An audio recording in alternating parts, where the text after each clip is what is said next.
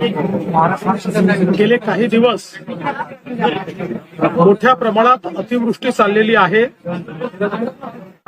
साधारणपणे आतापर्यंत 975.5 मिलीमीटर एवढा पाऊस पडलेला आहे, जो सरासरीच्या 102% इतका आहे। काही भागामध्ये पूर परिस्थितीमुळे लोक अडकलेले आहेत। बीडमध्ये रेस्क्यू ऑपरेशन आपण चालवलं आहे, धाराशिवमध्ये रेस्क्यू ऑपरेशन चालवलेलं आहे।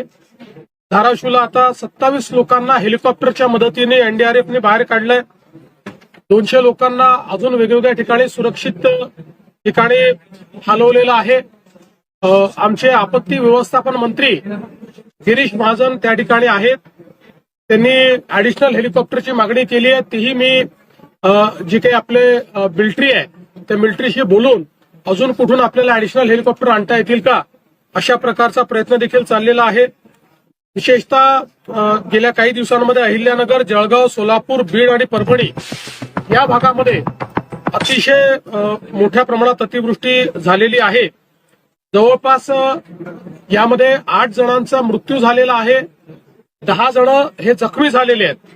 आता एनडीआरएफ आणि एसडीआरएफच्या 17 तुकड्या या सगळ्या भागामध्ये त्या ठिकाणी काम करतायत। आपल्याला कल्पना आहे की मागच्या काळातच आपण शेतकऱ्यांचं जे नुकसान झालं